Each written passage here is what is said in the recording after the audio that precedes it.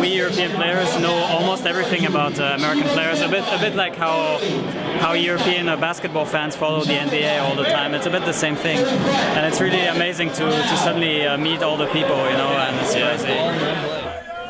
Armada cheering alongside Captain Jack. I'm sitting there doing commentary next to Doggy Sam. None of those guys. Shout out to wait, what? These murmurs start echoing through the crowd. Isaiah, and you know, eventually we get word of this. They're trying to get Isaiah up. The hype was building that entire time. It's like you put a lid over a boiling pot, and eventually it's going to bubble over. So the crowd is chanting his name, and eventually he walks in, and everyone's just looking around like, this is going to be Isaiah versus Captain Jack in the year 2012. This is like the best moment of my life. And then the match begins. Okay, here we go. This is Isaiah against Captain Jack. You know, I always wanted to do this. Isaiah! That's pretty bad. You need to wait for him to do something, though. Right now, he's just kind of rolling around, getting slapped in the face. He's not getting hit. Oh, he's getting hit with needles. I was say, what? He got slapped. All right. Captain Jack just constantly charging needles and throw them at Isaiah. Isaiah's remembering how to play this game. Yeah, it's been a while. He literally just got off of Smash 64, so he probably needs to remember some things, you know. When he wants to, he's going to turn up the jets. That didn't happen. So you know Isaiah, he's done this before. He's just sat around and then just gone into someone.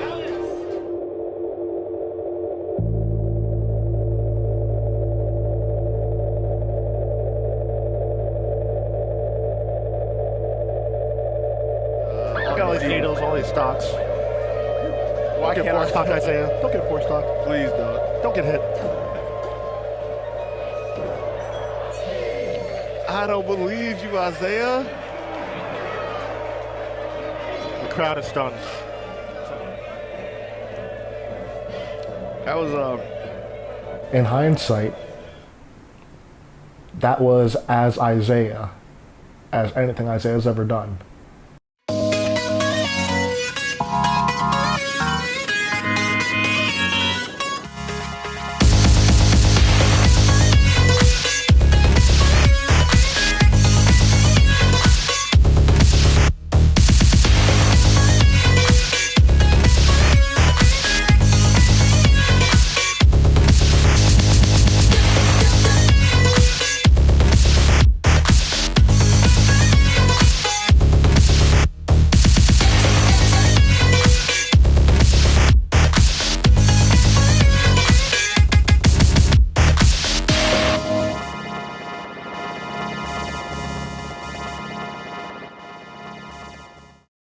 Last time we got a shake, it wasn't that good. Really? It was okay. What kind of shake you get? I got strawberry. I'm gonna get smoothie this time though. My favorite food is in Manhattan. I'm gonna get that soon. Oh yeah? Yeah. It's wursts and sausages. You know, the one I get is called the Joseph Stalin Dictator Special. Yeah. The Dictator Special, you can't choose the kind of wurst that you get. But the Democracy Special, you can pick. Yeah, I think that one costs more. But there's play video games. Super Mario World. Oh, the Ninja Turtles game. Yeah. Turtles in Time. Yeah. Final Fight 2. That's right. That was when you had to go rescue the girl, right? I think so. Yeah. Did you have a good family life when you were growing up? My family's not really close. My parents divorced when I was 10. My mom had to work a lot, so she could never be around us too much. But my dad would always take us to like the beach or outside to the creek when we were like little kids. That's cool. What is it about 64 that keeps you playing it after all these years? Just something I really like doing, you know? Yeah.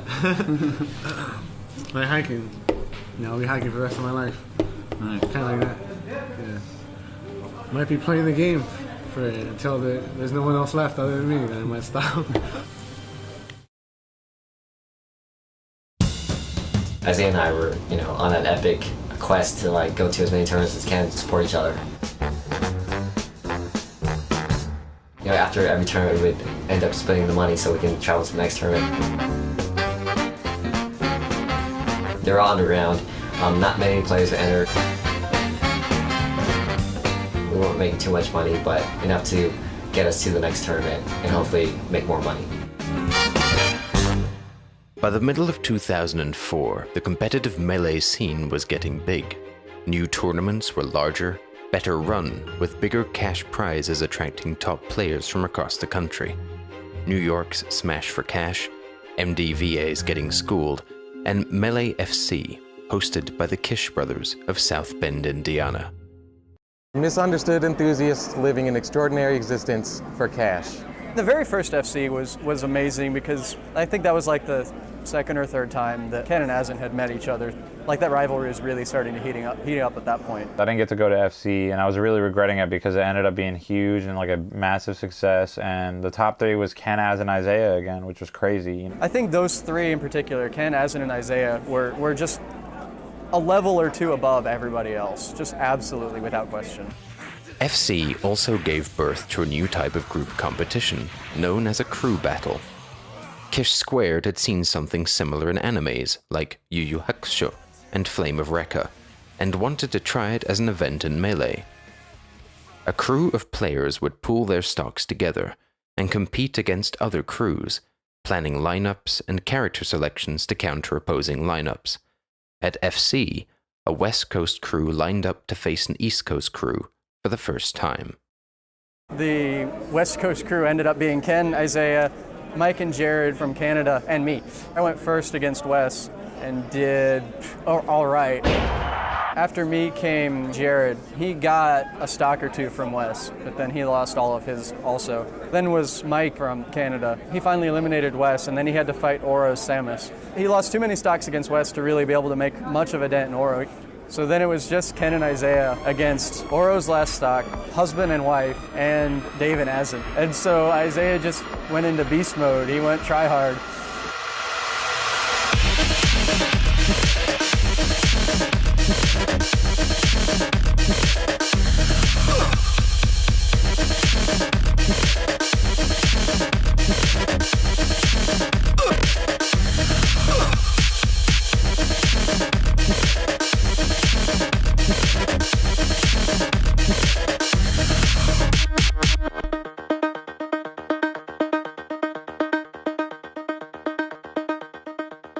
It was absolutely ridiculous to just see him just plow through like the entire East Coast. Falcon wasn't a very well-used character back then. The aggressiveness and the speed and the combos and everything that goes with that character, scary. So it was probably more scary than a lot of other players just because he used Falcon, just because he was going to knee you 3 times and kill you in like one crazy combo. People weren't really used to that back then. He's one of the most technical old school players I know, like till this day. Like he's even more technical than Ken or everyone. It's just that, so sometimes he'd be over-aggressive and that'll probably be his downfall. Falcon players, they don't play to win, they play to have fun. Show me your moves. Everyone cheers for the Falcon player.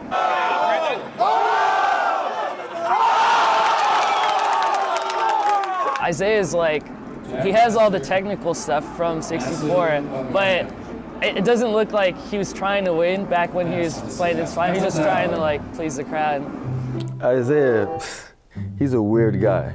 I know Dan has told me like he would just send him a random instant message. So what's a Krabby Patty? Like we have conversations with him. He can like kind of predict what you're gonna say. So when you say hi, and he's like no. And I'm just like okay. He was just very goofy, very shy. He would say like a couple words, but they'd always make you laugh. He used to have this guy called Mr. Happy. I don't know if you heard about this. Oh yeah, I know you're talking about, yeah. It's just this massage tool that he had. It was just like this weird back massage, and like he'd just be like, "Oh, I brought Mr. Happy," and he'd just like massage your back for a minute. Some people say no, but he'll still force it on you. There's 2 from Isaiah. That feels good. It felt good. I'm not gonna lie. People loved him for that because it was different. It was unique. I have 2 friends. I could have more friends, but the people I talk to are Smash people. Right. And they live far away, you know? It's not as easy. You can't hang out so easily. Don't talk to too many people from Melee after I stopped playing. It just stopped being fun for you? Yeah, stopped being fun. Competitive Melee had grown to the point where business opportunities were becoming hard to ignore. Among a few failed startups, one company outshone all the rest and helped to begin a new era for Smash. When I stepped in the room, I bring the heat like the month of June. It was a new business opening up, Major League Gaming. They wanted to pick out some popular games to add to the roster. Usually at tournaments, I'd have to win doubles and singles to get like $800. If I was just to win singles alone, that's $1,000. They had the legit amount of prize money with these extra goodies for winning as well. There was MLG girls going around, you know, giving hugs and whatnot. They had all these like hot chicks lined up, giving out goodies. Like we took our pictures with them, which I thought was awesome at the time. You know, it felt good because it was the first step out of the underground tournament scene.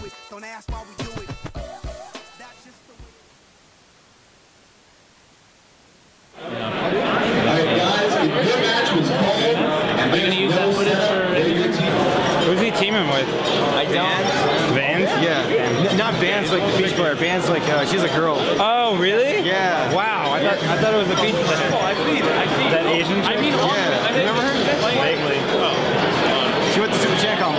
Yeah, I remember her barely. She has glasses? Yeah.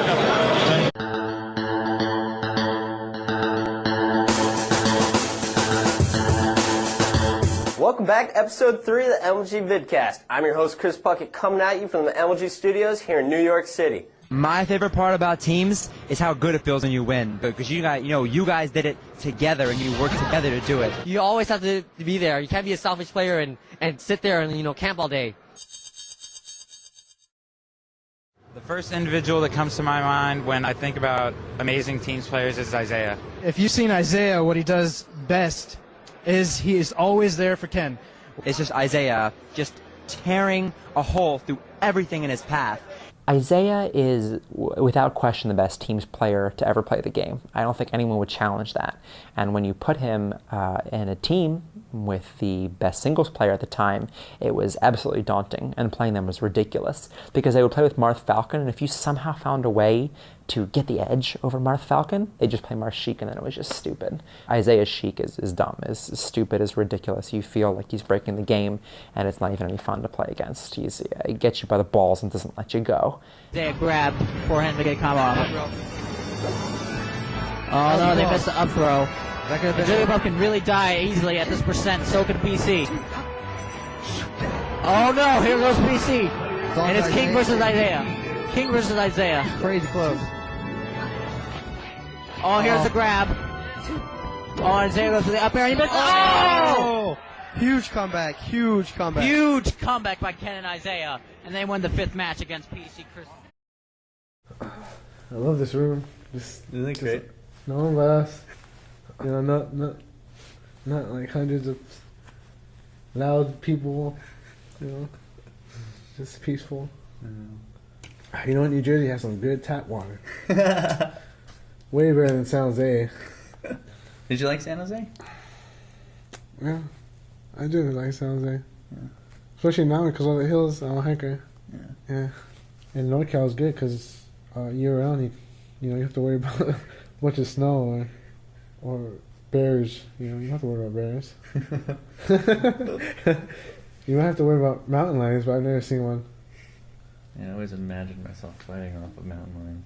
Yeah, I did that too. I imagined myself kicking a mountain lion off a cliff, and I was saving a little girl from the mountain lions. Yeah. That is awesome. I daydream a lot. I think of things happening that haven't happened. Like I pretend they're happening. Yeah. Like I pretend I'm talking to someone. Yeah. You think some people just naturally get along? Yeah, right? Yeah. Yeah. I think so. I hate it when like you're really into someone, but the other person doesn't really care. Yeah. Yeah, it sucks. Do you know why Isaiah is so good on teams? When there's someone else on the line, he will play his heart out. But in singles, you don't see that from Isaiah. You don't. It's not choking. He just doesn't care. He has that capability to be the best player on that day. But if he doesn't want to tap into that, if he doesn't want to harness it, it's a futile battle. Almost never gave it his all in singles, especially after the first few years, you know, Game Over, FC, things like that he would try at, but the MLGs, he started giving less and less of a crap about singles as time went on. Isaiah is definitely the player that created like sandbagging to the extent it reached, because he would intentionally lose to like really bad players. Eventually got to the point where like people didn't even consider Isaiah a threat in singles, not because he wasn't good, because he never tried. He just didn't care, I guess. He'd go like Peach on like poke floats. That was intentionally him just deciding, oh, I'll let this guy win. Sometimes I think that Isaiah didn't want to take the victory away from the person across from him. I think he'd rather lose and see the next person win than win himself and see the person across from him bummed out.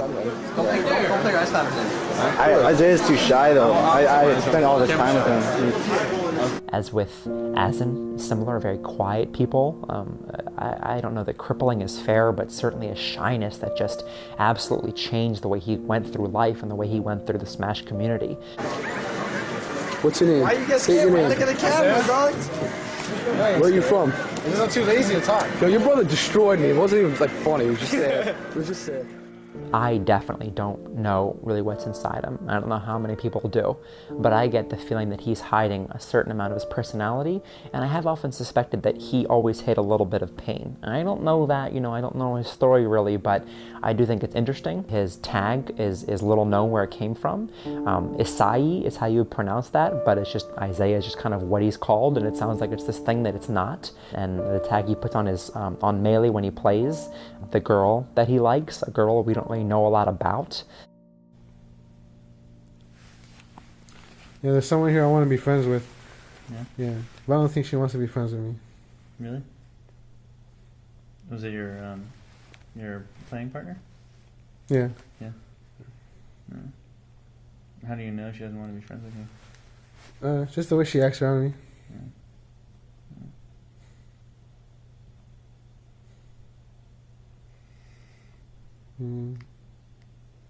I have low self-confidence. Yeah. I'm always nervous when I talk in front of people. Yeah. Yeah. Public speaking is the #1 fear phobia in the country. Yeah, people like to say that. I'll say that's the #1 response to that fear. Even as the team of Ken and Isaiah continued undefeated, their singles careers slowly diverged. Besides an anomalous 9th place finish at TG6, Ken continued to place first at every major tournament he attended. By the end of 2004, Ken had won the MLG National Championship in New York and was the #1 ranked player in the country. But for Isaiah, the singles bracket was becoming a burden. He's very weird in the aspects of competing in 1v1. He doesn't really want to try too hard. Every single time I beat him, I usually would apologize and be like, oh, sorry, Isaiah, or something like that, you know, because I know he's not always playing his best against me or anybody that he likes or his friends he would play his best against. The two teammates stepped into 2005 and the first tournament of the year, an independent major based out of Dallas, Texas, called The Most. It would be a notable tournament for several reasons. The state-of-the-art projector, the stadium-like seating for the finals, and for the first time ever, Isaiah would give it his all against Ken. I don't think that the East Coast players wanted to go to that, so it was basically me and Isaiah against the Midwest and Caveman, Rob, and Zulu. Cave and Rob and Bunny were our best players, and so we'd have them fight Ken and Isaiah to see if they could do something. And they could not do it. So we had Ken and Isaiah finals. The winner of most three got a cape. It was a black cape, and there was a big, like, silver kind of sword design on the back of it. And so I think Isaiah really won that cape, because he played to win.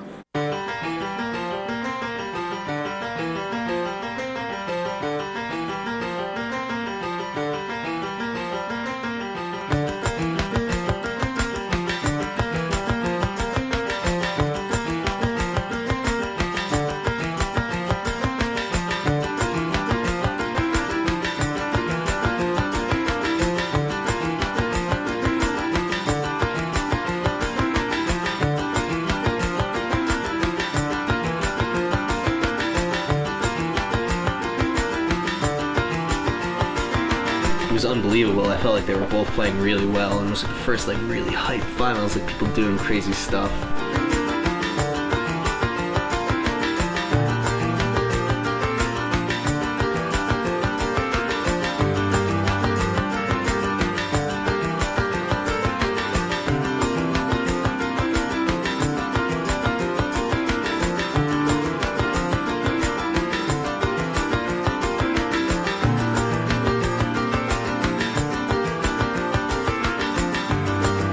Everyone usually kind of played scared in finals, and they were just going at it.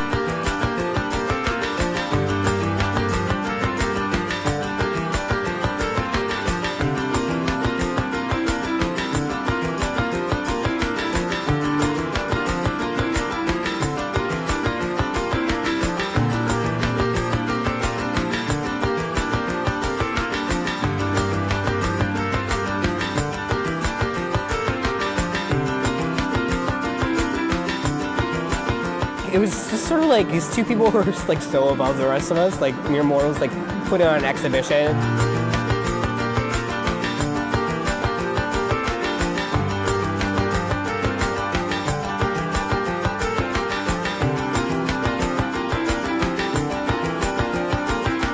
Coming out from a 2-0 deficit, the odds are never in your favor. This girl was there, you know, one of his Smash 64 friends. I think her name is Melissa.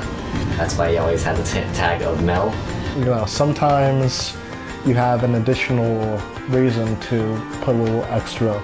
Melissa was actually cheering him on. And I really think like if she actually went to every tournament and supported Isaiah in like his singles career, he would probably be the best. I think he became a Super Saiyan that tournament.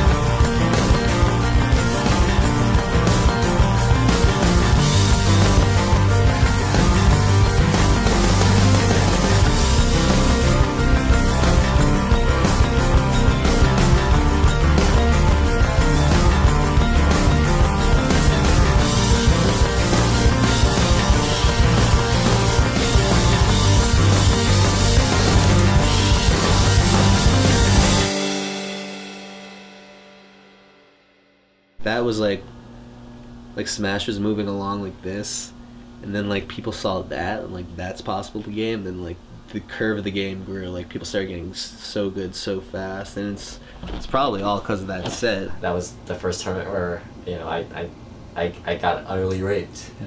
Like it was kind of close, but let's be honest, I got raped by Isaiah. Now it's kind of standard, I guess, as a Falcon player, but back then, like, we never saw people moving around like that, and everyone used to love watching him. People would just talk about him playing. Like, we just talk about Isaiah for like 2 hours, and that seemed to be the case with New York. Like, Ken was known as the best, but we'd always talk about Isaiah. Yeah, life can be tough. I haven't had a tough life though. I've had an easy life. That's why I think I'm really sensitive. It's because I've had an easy life. Yeah. You know, nothing's really like toughing me up. I've been getting better though. Yeah? Yeah, I think so. Slowly, yeah. Take maybe like a few more years. Some things take more practice than others to be good at. Yeah. After most 3, Isaiah for the most part returned to his old ways. but his spectacular performance against his teammate and the #1 ranked Smasher turned him into a legend. When asked by those seeking advice, Isaiah responded simply with a phrase which would soon become a mantra: "Don't get hit." I used to have a shirt that said it. Wait, I might still have it. Did you really? I don't know if I still have it. I would not be surprised if it's gone. He has this thing about him where, at least in his prime, it seemed like he could literally pick when he wanted to win. Like he could just decide, okay, now I want to win, and he could win that match if he felt like it. I'm sure like a lot of old school players will tell you this as well. He had this kind of aura about him that just seemed unbeatable if he felt like it, which, you know, didn't happen too often. But that's also why he was such a monster in teams, because he always tried in teams. You know, because I guess he didn't want to let his teammate down or whatever. In the future, what do you see yourself doing? Still be hiking, playing SSB, hopefully making friends. I think we got a lot. Yeah, you think you got all you need? Yeah, that's awesome. Yeah, this is me, Isaiah, Smash guy, I guess.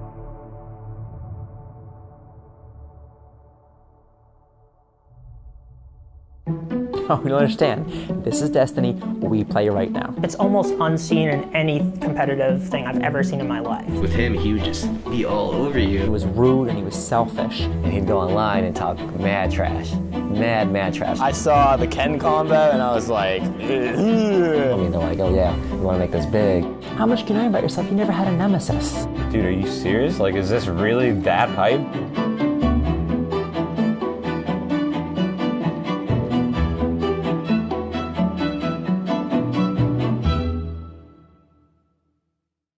After Isaiah won, he gave the cape to Mike G. We did Falcon Dojo, where we all went on FD with Falcon. It was me and Jeff and Dark Rain and Isaiah. And he'd just be like showing us stuff. Just be like, oh, try this. And he'd like show us something that we should do. And he said, here, practice this, it'll make you really good. Every now and again, like, he'd get angry and he'd be like, no, you're doing it wrong. He'd come to us. He went to Hayato's house at one point. I guess Hayato was getting in a fight with his parents, and Isaiah just walks into the room and goes, oh no, and then he runs away.